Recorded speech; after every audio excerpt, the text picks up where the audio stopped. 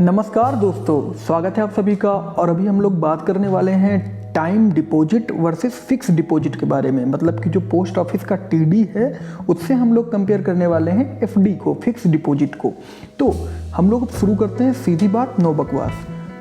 Period of investment, कितने सालों के लिए जमा करना पड़ता है आपको। तो टीडी के केस में आपको 5 पीरियड अलाउ होते हैं, 1 साल से लेके 5 साल तक के पीरियड का। और अगर अब आप बात करते हैं एफडी के केस में, तो आपको जो है 7 दिन से लेकर 10 साल तक के पीरियड के लिए एफडी करने का अलाउ होता है। पॉइंट नंबर 2, इंटरेस्ट, ब्याज दर कितना मिलता है। तो टीडी के केस में आपका ब्याज दर 5.5 से 6.7% तक वेरी करता है।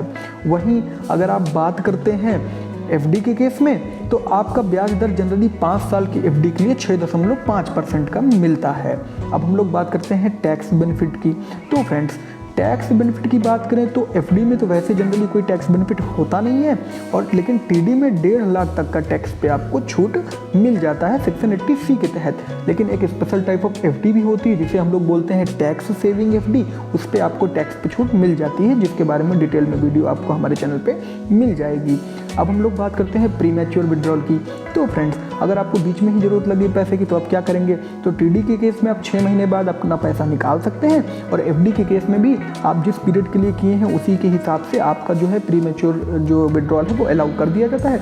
जनरली अगर 5 साल के लिए किए हैं तो 6 महीने बाद आप प्रीमैच्योर विड्रॉल कर सकते हैं। और कहीं कहीं पे 0.5% से 1% तक की जो इंटरेस्ट रेट चल रहा होता है उसका 0.5% से 1% तक का पेनल्टी काट लिया जाता है, या फिर बहुत जगह से फ्री में आपका जो है विड्रॉल कर दिया जाता है। तो फ्रेंड्स, आपको बेहतर क्या लगा, टीडी या एफडी। तो अगर हम बात करें टैक्स की तो टीडी बेस्ट है।